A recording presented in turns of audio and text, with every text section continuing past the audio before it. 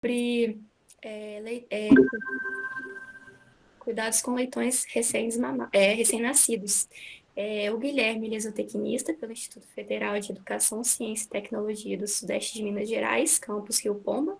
Ele é mestre em zootecnia pela Universidade Federal dos Vales de Jequitinhonha e Mucuri e atualmente é aluno de doutorado em ciência animal da Universidade Federal de Mato Grosso, campus Cuiabá. Boa noite, Guilherme, eu te passo a palavra. Boa noite, Manuela. Eu gostaria de agradecer a comissão organizadora da Semana Acadêmica de Zootecnia, em nome da Manuela, por ter realizado o convite, e também o Marquinhos, que me indicou para falar um pouco sobre cuidados com leitões recém-nascidos. Então, vou colocar a palestra para a gente dar início.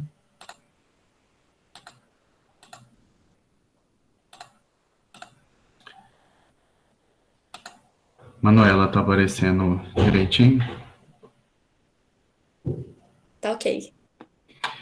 Bom, gente, por que eu escolhi cuidados com leitões recém-nascidos?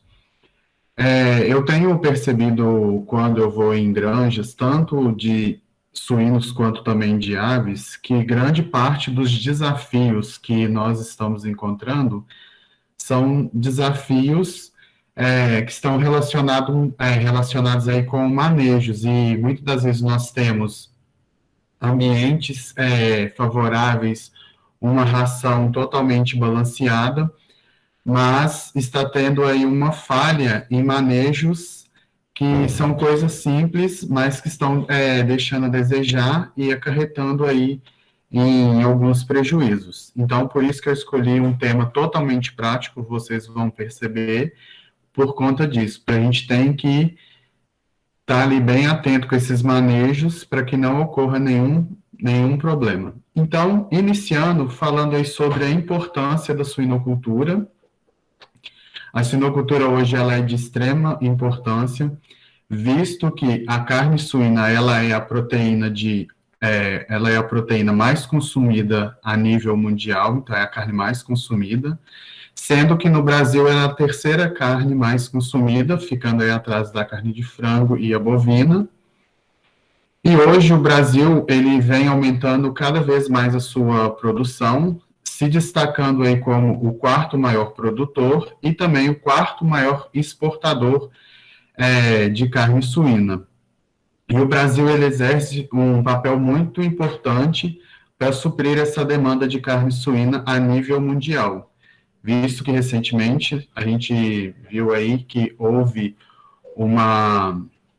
a China teve um problema aí com a peste suína africana, e o Brasil ele teve uma importância muito grande para suprir essa demanda, visto que lá na China eles tiveram que abater quase a metade da população suína.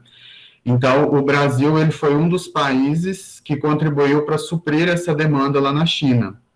Então, manejos iniciais na vida dos leitões permite que nós tenhamos um bom êxito para suprir aí essa demanda. Então, cuidados iniciais são extremamente importantes dentro da suinocultura.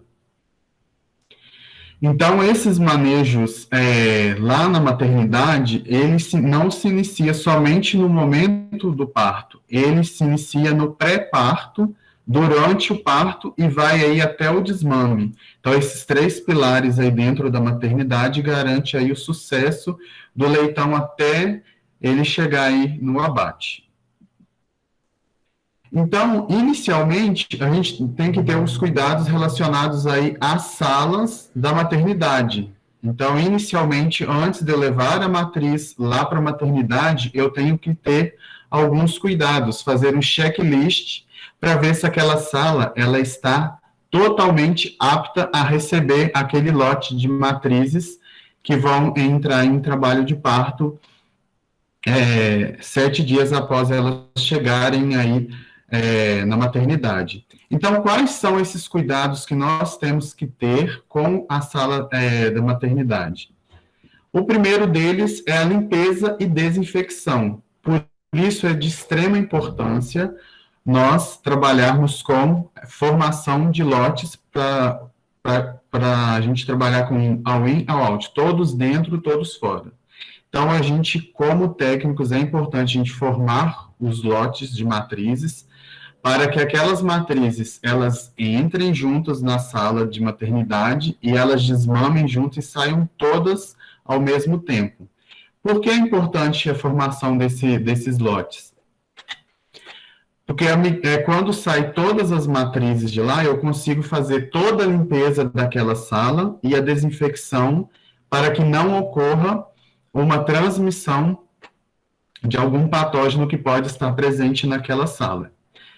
Então, primeiramente, eu tenho que fazer a limpeza total daquela sala, desmontar, porque a gente sabe que lá as gaiolas a gente tem aquele piso plástico, então ele é removível, retirar todos eles, deixar ele imerso em soluções desinfetantes e realizar um enxágue e fazer toda a desinfecção. E deixar aí no vazio sanitário, que é de extrema importância. Quanto maior for esse vazio sanitário, melhor. Só que nós sabemos que, às vezes, falha no planejamento, a gente não consegue atender esse vazio sanitário. Mas a gente deve atender, no mínimo, aí 7 dias de vazio sanitário para deixar que aquele desinfetante ele atue ali após a limpeza. Verificar se todos os bebedouros e também os comedouros das matrizes estão funcionando, se está tendo a vazão correta, se não está havendo nenhum vazamento, porque nós sabemos que se ocorrer um vazamento no bebedouro da matriz e molhar a gaiola, isso pode gerar umidade e o leitão recém-nascido, ele tendo contato com essa umidade, pode provocar aí problemas tipo pneumonia nessa leitegada. O escamoteador, mais à frente eu vou falar da importância do escamoteador, verificar se todos os escamoteadores estão em perfeito estado, se toda a fonte de calor, principalmente se o escamoteador tiver o tapete térmico, se está em perfeitas condições, se ele está aquecendo na temperatura ideal. Verificar todos os sistemas de ventilação e aquecimento. A gente sabe que lá na maternidade a gente tem um desafio muito grande, porque nós temos que atender a temperatura ideal para a matriz, que é em torno aí de 18 a 24 graus, e para o leitão, que é em torno de 30 a 34 graus. Então, a gente tem esse desafio. Então, a gente tem que verificar se todo o meu sistema de ventilação e também de aquecimento está em perfeitas condições. E também verificar as condições das gaiolas. Então, eu já presenciei em uma granja, uma gaiola não verificou a condição de uma gaiola, a matriz passou grande parte da manhã agarrada, porque uma dos garfos lá da gaiola quebrou, ela enfiou debaixo dessa gaiola, ela ficou agarrada, não conseguiu amamentar os leitões nesse período, então, por isso a importância de verificar essas condições e ver se não tem nenhum material nessa gaiola que pode provocar uma lesão tanto na matriz quanto também nos leitões. Então, atendendo todos esses cuidados aí, que é limpeza, desinfecção, vazio sanitário, bebedouros e comedouros, escamoteador, sistema de ventilação e aquecimento e condições das gaiolas, aquela sala já está apta para receber aquele lote de matrizes. Quando eu devo levar a matriz, retirar ela da gestação e levar ela lá para a maternidade? Nós temos que levar essas matrizes uma semana antes do parto, ou seja, 7 dias que antecede o parto. Por que uma semana antes e não um dia antes do parto? Porque nós temos que evitar o nascimento de leitões no galpão de gestação. Lá não é o lugar correto para que ocorra um parto, visto que as condições sanitárias de lá não é tão ideal para um parto. Além disso, a ocorrência de a ocorrência de esmagamento pelas matrizes que estão uma do lado da outra, quando a gente tem a gestação em gaiolas, e também quando a gente tem a gestação coletiva, a gente pode ocorrer o risco de uma matriz acabar matando aquele outro leitão. Também evitar o esforço da matriz próximo ao parto. Se a gente faz um esforço físico nessa matriz que já está próximo ao parto, a gente pode ocasionar em leitões natimortos, que é a morte do feto próximo aí ao parto. E também minimizar o estresse dessa matriz durante aí a adaptação. Então, a gente leva ela 7 dias antes, para que ocorra uma adaptação nesse novo ambiente, que ela vai estar numa gaiola totalmente diferente que ela estava na gestação, o sistema de alimentação dela é totalmente diferente, e isso acarreta um estresse na matriz que pode afetar no momento do parto. E também a facilidade da gente monitorar aquela matriz. Imagine lá na gestação, mais de 1.000 matrizes num galpão, você ficar monitorando se aquela matriz já está na hora de parir ou não. Então, lá na maternidade, eu consigo fazer todo o acompanhamento e monitorar se já está na hora, já está próximo do parto ou não. E também monitorar o consumo de ração, se está muito baixo, se está alto. Então, como que eu faço esse monitoramento do parto? Por isso é importante que nós tenhamos planilhas dentro do nosso sistema de produção, que no momento que foi confirmado o parto dessa matriz, a gente faz a contagem e vê qual que é a previsão de parto. Então, se eu já tenho essa previsão de parto, eu já começo a monitorar, fazer o monitoramento. E também, através dessa planilha, eu consigo verificar o histórico dessa matriz. Essa matriz é uma matriz que ela tem dificuldade no parto, então é uma matriz que eu tenho que dar uma atenção maior para ela. É uma matriz que, às vezes, ela demora mais, tem um intervalo entre um leitão e outro maior, então, por isso que é importante ser também desse histórico.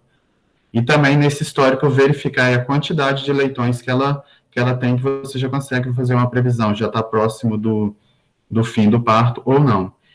E compreender o comportamento da matriz. Então, é extremamente importante nós, como técnicos, treinar todos os funcionários. Isso também é uma falha que a gente verifica muito no sistema de produção, a falta de treinamento dos funcionários.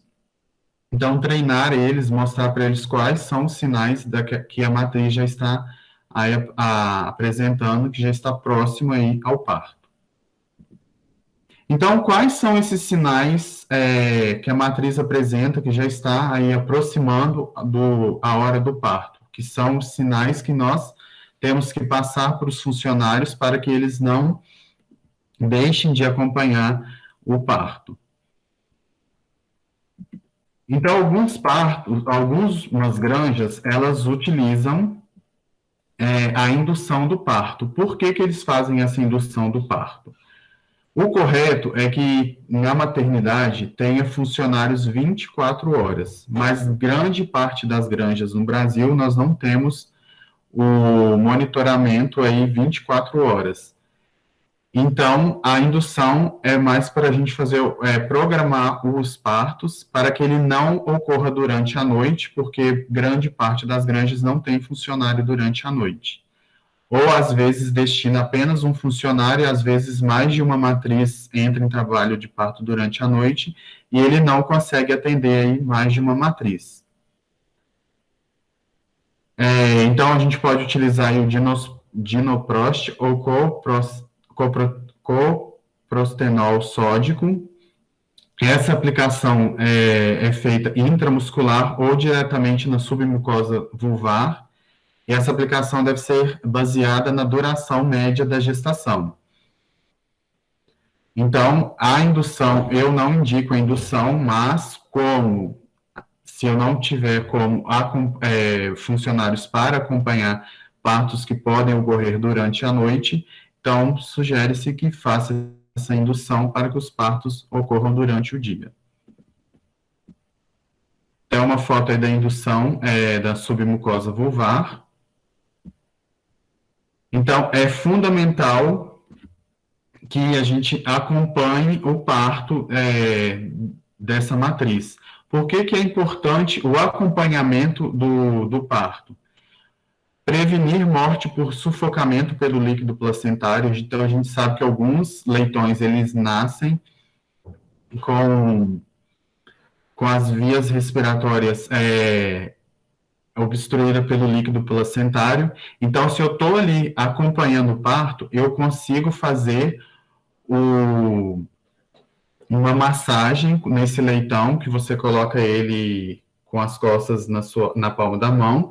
Eu faço o movimento 3 vezes, esse movimento, coloco o leitão de cabeça para baixo e faço esse movimento, eu consigo iniciar a desobstrução da via respiratória, e com isso eu consigo reanimar esse leitão, garantindo mais um leitão vivo na minha leitegada. Então, se eu não faço esse acompanhamento e isso ocorre um sufocamento, eu posso perder esse leitão, sendo o manejo extremamente simples de ser realizado. Também é importantíssimo para o estímulo a ingerir o colostro. A gente sabe que a ingestão do colostro nas 6 primeiras horas pós-parto é extremamente importante. E também para controlar a temperatura. Então, a gente tem que controlar essa temperatura, colocar os leitões para ingerir o colostro, depois colocar eles lá no escamoteador para eles terem uma fonte de calor, para isso não interferir aí na ingestão de colostro desses animais. Porque se eles sentem frio, eles vão procurar fonte de calor e vai deixar aí de ingerir o colostro. Além disso, também como os leitões recém-nascidos, eles nascem um pouco moles, às vezes a matriz está no momento do parto, ela levanta, na hora que ela vai deitar novamente, ela pode deitar em cima de um leitão, esmagar e eu perder esse leitão. Isso aqui já aconteceu aqui na granja da UFMT, uma matriz, ela pariu 10 leitões, só que foi durante a noite, quando o funcionário chegou, no outro dia, metade dos leitões estavam mortos debaixo da matriz. Então, quais são os sinais que a matriz apresenta, que todos que estão envolvidos lá na maternidade têm que estar cientes? Ocorre, então, o edema vulvar 4 dias antes do parto. Então, esse já é um dos primeiros sinais que ela apresenta esse edema 4 dias antes. O complexo mamário fica engurgitado de 48 a 24 horas antes do parto. Então, a gente vê que fica bem cheio o complexo mamário dela. Ocorre secreção leitosa em gotas. Então, quando eu aperto o teto da matriz e começa a soltar gotas, me indica aí que falta 12 horas para o início do parto. E já quando eu aperto o teto, começa a soltar jatos de leite, isso indica que falta aí 6 horas para o início do parto. E também ocorre uma liberação de uma secreção semelhante à urina, que indica a abertura, então, da cérvix e está aí próximo da expulsão aí do primeiro leitão. Quando eu tenho matrizes que eu coloco ela em uma baia, não em gaiolas, às vezes ela começa a ter aquele comportamento natural dela, que é formar ninhos. Isso também é um comportamento. Lá na UFVJM, onde eu fiz meu mestrado, a maternidade lá não tem gaiolas, lá são baias, então a gente colocava serragem nas baias, então elas começavam a formar os ninhos, então a gente já percebia que já estava próximo também do parto. O outro ponto muito importante que eu lembrei de um fato lá na UFVJM, a importância do acompanhamento do parto, principalmente quando são marrãs, que são fêmeas aí que estão tendo seu primeiro parto. Então, às vezes, ela fica muito estressada e ela acaba, quando nasce o primeiro leitão, ela acaba matando esse leitão. Então, isso ocorreu lá na UFVJM. A matriz, ela matou os 2 primeiros leitões, então a gente teve que intervir, ela paria, a gente tinha que entrar, retirar o leitão, colocar no escamoteador. Quando ela pariu o último leitão, aí nós soltamos todos os leitões e ajudamos ele na ingestão do colostro, para que ela não matasse mais leitões. Então, isso daí é um comportamento que é comum em matrizes de primeiro parto.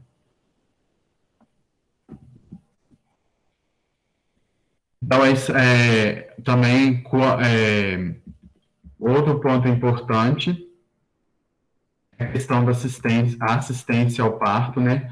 Algumas fêmeas apresentam dificuldade no momento do parto. Muitas das vezes são fêmeas que podem ter engordado muito durante a gestação. E algumas fêmeas também apresentam leitões muito grandes, então às vezes ela tem dificuldade para expulsar esse leitão. Então, a fêmea em decúbito lateral, a placenta pode ser expulsa junto com os primeiros leitões nascidos e ao longo do parto, mas normalmente, quando em quantidades maiores, pode ser um indicativo de que o parto está próximo aí do fim. Então, é importante a gente utilizar fichas para a gente fazer o registro dos nascimentos. Nesse registro, a gente colocar a hora que expulsou o primeiro leitão, o segundo, para eu monitorar esse intervalo. Se eu perceber que o intervalo de um leitão para o outro está demorando muito, eu já tenho que começar a intervir nesse parto. Então, essas fichas visam auxiliar na decisão de intervenção. Então, se eu verifico que está demorando muito, eu tenho que fazer essa intervenção.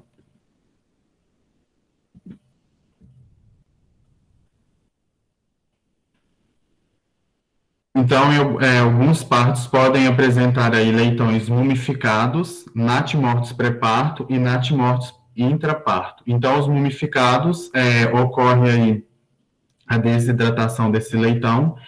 A mumificação ocorre já no terço inicial da gestação, e os natimortos pré-partos entre 90 a 113 dias de gestação, e já o intraparto já é no momento aí que está ocorrendo o parto. Então, pode ser que houve uma demora para expulsar aquele leitão e ele acaba morrendo.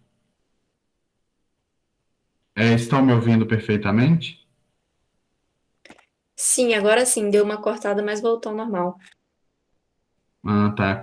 Se der uma parada, você me fala, Manuela, porque às vezes a internet aqui cai um pouco.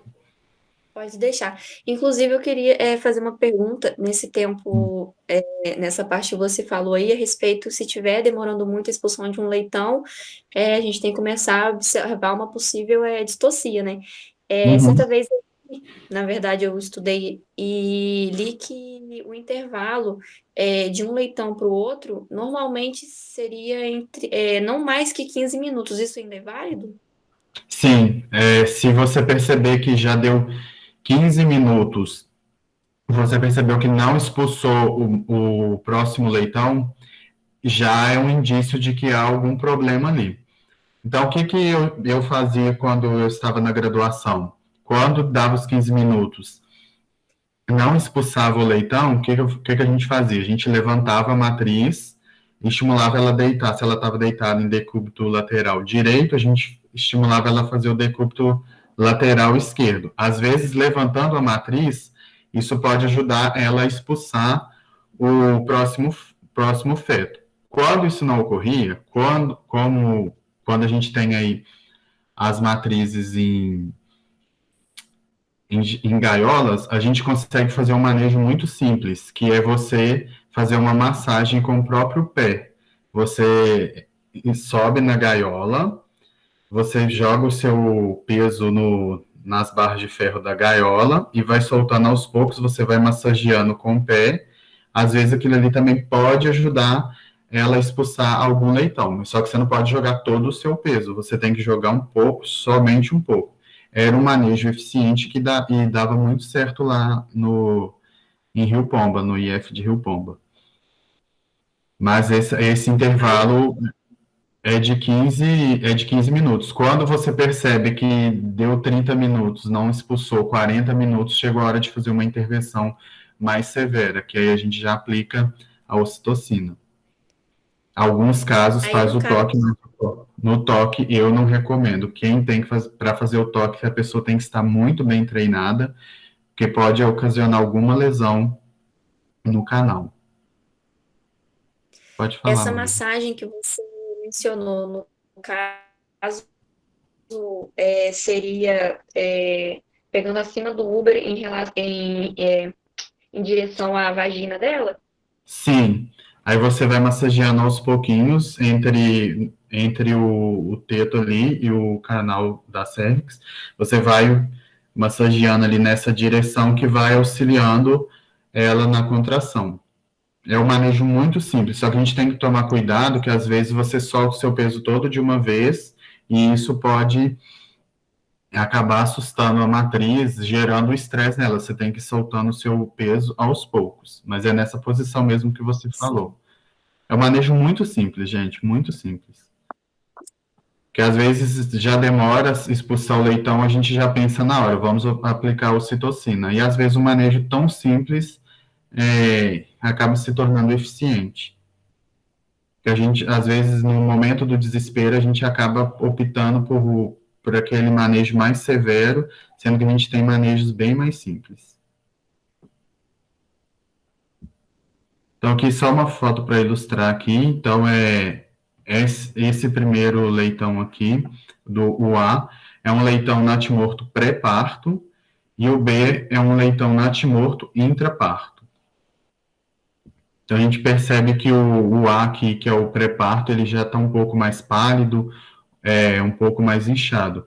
E o B a gente vê que é um leitão perfeito, que morreu aí, houve a morte dele aí no momento Seu do áudio está parto. bem cortando. Hum. Por aqui tá tudo ok, mas não. Oi? Não, pra mim o áudio tá Oi? ok, sem problemas. Só para mim? Cortou só para mim? Às vezes, quando você fez a Deve pergunta, ser minha... algumas vezes cortou, Manuela. Ah, deve ser minha internet, então, desculpa. Não, sem Apro- problemas. Aproveitando essa pausa. Oi? Pode fazer a pergunta. Desculpa, aproveitando que deu esse break, eu queria entender se a morte do feto durante a gestação poderia liberar algum tipo de toxina que seria deletéria para a saúde da matriz e para os outros filhotes. Não, eu nunca ouvi falar nada sobre isso. Que, igual os mumificado, que às vezes ocorre até ocorre no terço inicial da gestação. Eu nunca ouvi nada a respeito que possa acarretar em danos para a matriz. Eu nunca ouvi nada a respeito. Obrigado. Então, aqui é uma foto ilustrando a mumificação nessas 7 primeiras imagens de mumificação e outro já um leitão aí natimorto intraparto. Isso aí são fotos só mesmo para ilustrar. Alguns casos pode ocorrer, quando é bem no início da gestação, pode ocorrer a absorção desse feto.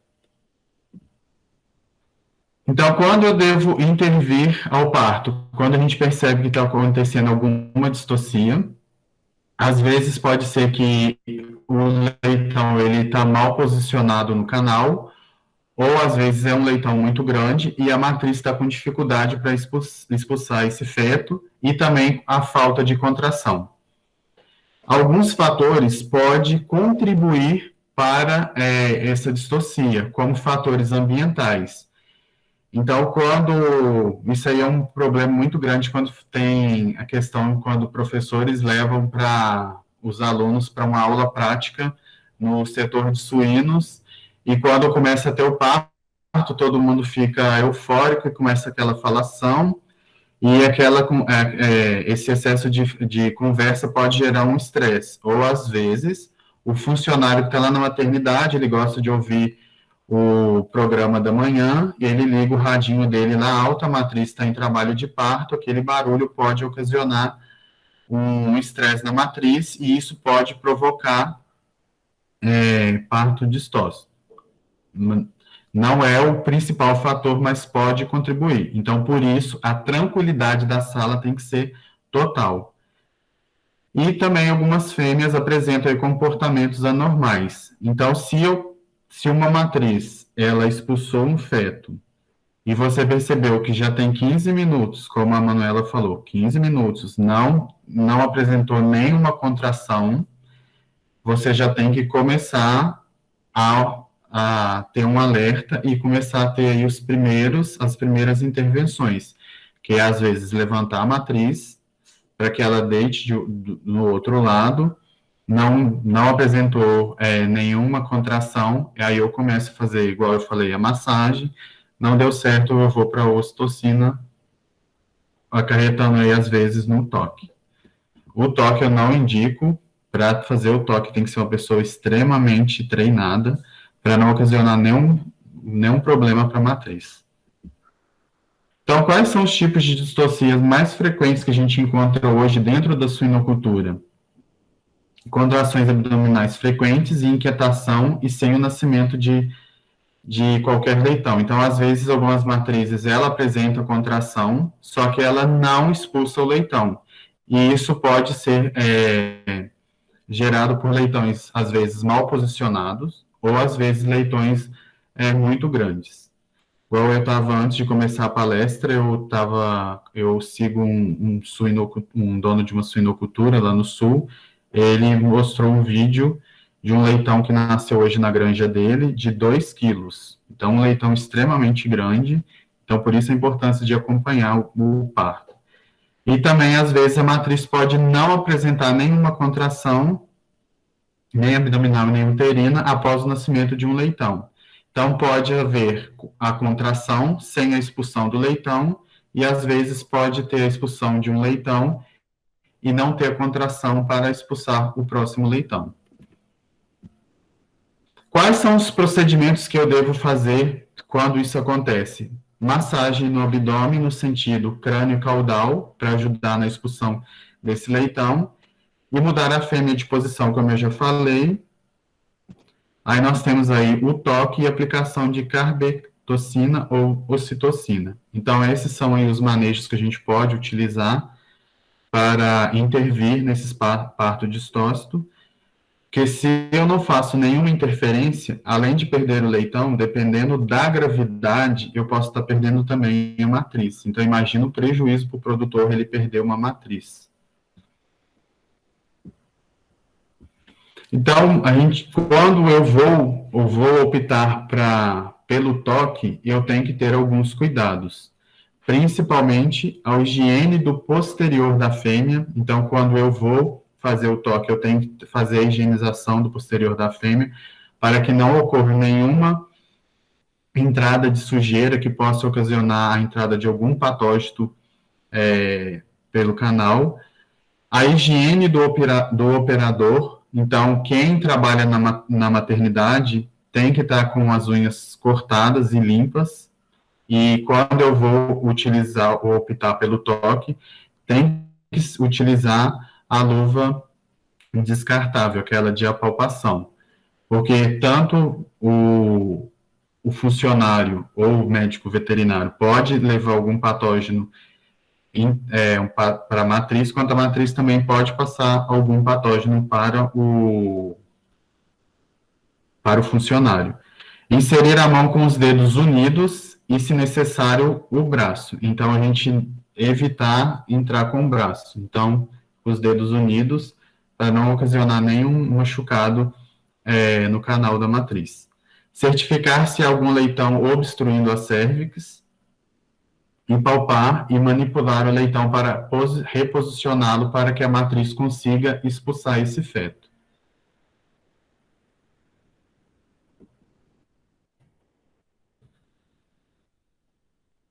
Então, quando eu já percebo todos os sinais que a matriz vai iniciar o parto, eu já devo montar a minha caixa com todos os utensílios que eu vou precisar no momento do parto. Então, o ideal é que essa caixa ela já fique montada lá na minha salinha, dentro da maternidade. Se eu não consigo deixar essa caixinha já montada, quando começou a ter os sinais que já está próximo de expulsar o primeiro leitão, eu já tenho que montar essa caixa para que não ocorra. Começou a nascer leitão, eu vou ter que ir lá na salinha e pegar todos os utensílios. Então, dentro dessa caixinha, o que, que deve ter? Papel toalha absorvente ou o pó secante. Algumas granjas, eu acredito que hoje não utiliza mais, mas utiliza a Maravalha para secar o leitão. Então, granjas tecnificadas utilizam o pó secante, que é extremamente eficiente, ele não acarreta nenhum problema respiratório para o leitão.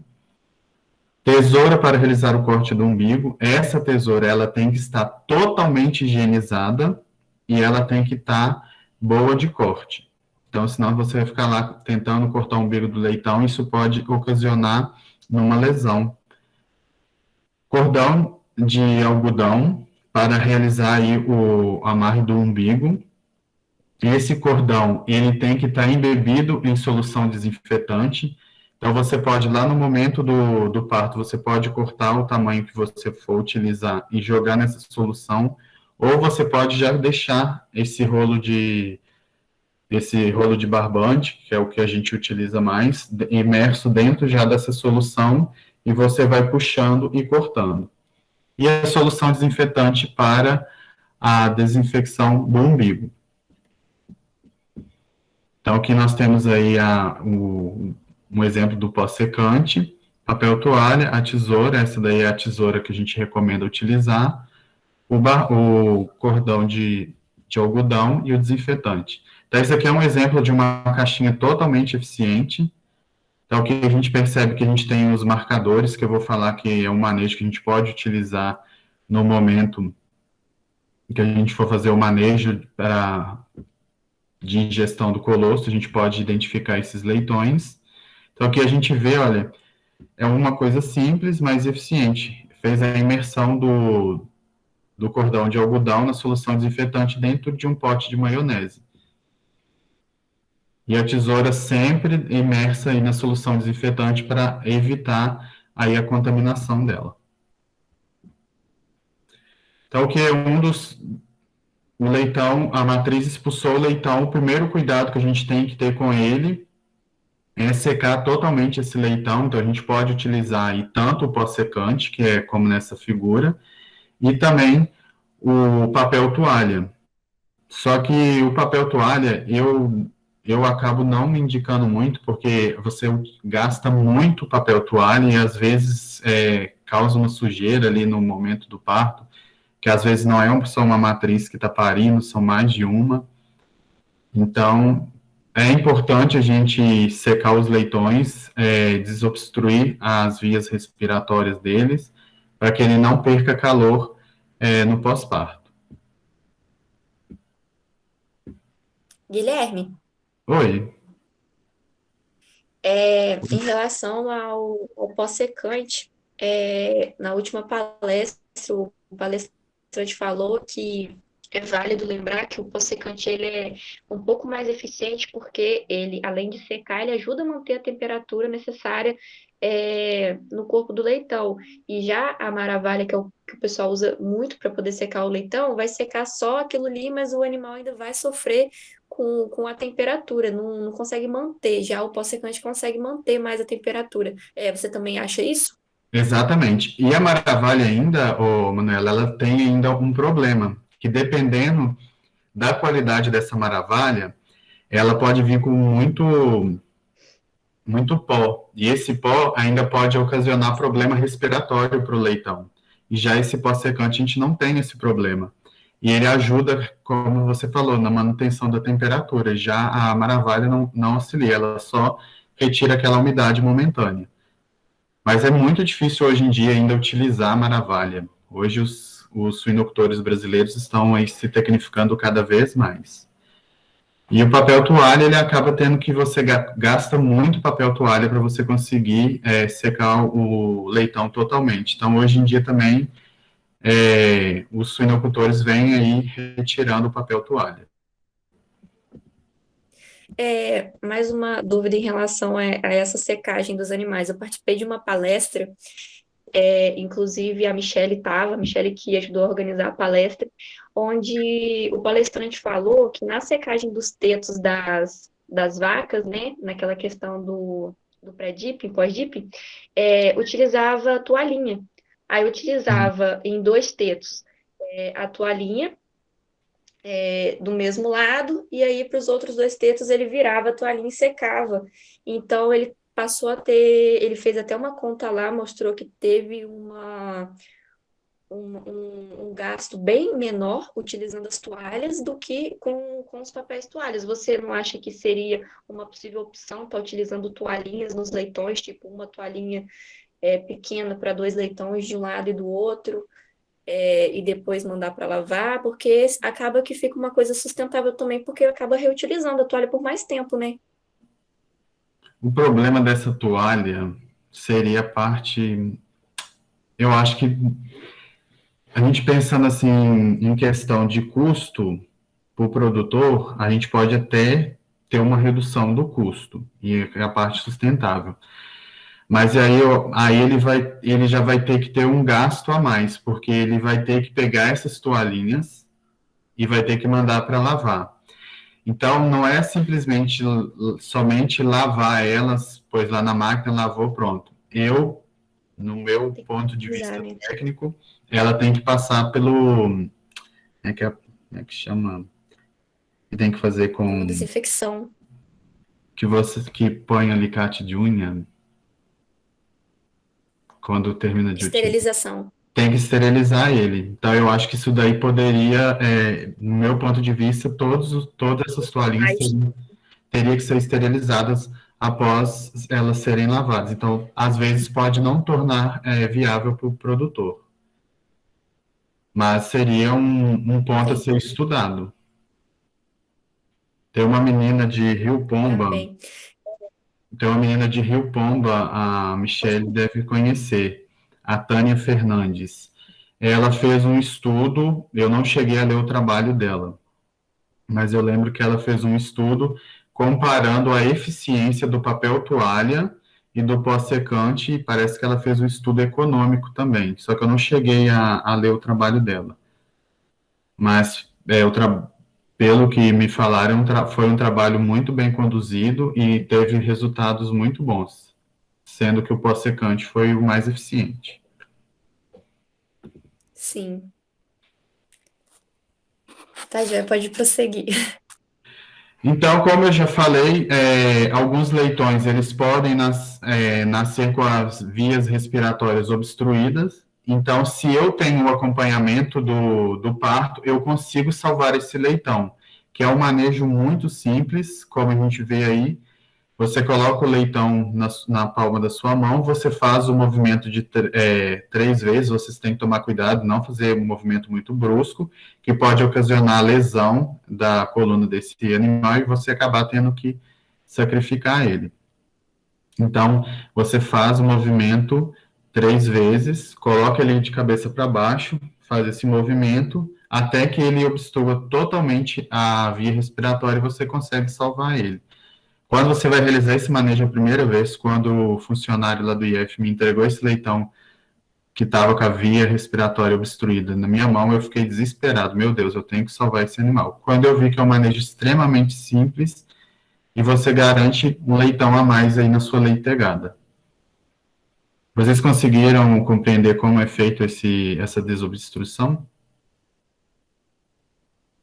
Sim, sim. Então, outro cuidado extremamente importante é o corte e a desinfecção do umbigo. Então, aí a gente tem que ter lá na caixinha o barbante embebido na solução desinfetante. Aqui a gente vê que o rapaz está utilizando uma tesoura que não é indicado. O indicado mesmo é a tesoura cirúrgica, ela não é tão cara assim. E o iodo 10%, que é o mais utilizado para desinfecção. Por que é utilizado aí o corte e a desinfecção do umbigo? Para evitar a entrada de patógenos via umbigo, principalmente bactérias que podem provocar aí pode provocar pneumonia naquele lote. Então, por isso que é extremamente importante. Então, a gente pega, mede 3 dedos do umbigo, faz aí a gente amarra e faz o corte. Qual que é o cuidado que a gente tem que ter no momento de amarrar? Se eu amarrar muito forte, eu posso cortar o umbigo e começar a ter o sangramento e esse leitão perder muito sangue. Ou às vezes eu amarro muito frouxo e faço o corte e aquele nó ali bem frouxo não vai segurar e vai ocasionar também aí o sangramento. Então, é importante a gente saber como deve ser aí o amarre para que não ocorra aí, após o corte, esse sangramento.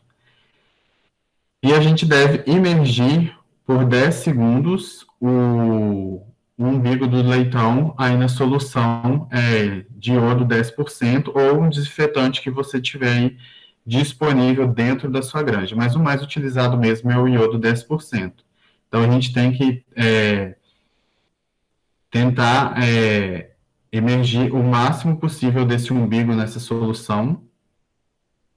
A gente tem que tomar muito cuidado, igual nessa figura que mostra aí, é o potinho que a gente vai utilizar para emergir o umbigo, para que esse potinho não possa passar uma possível contaminação de uma leitegada para outra.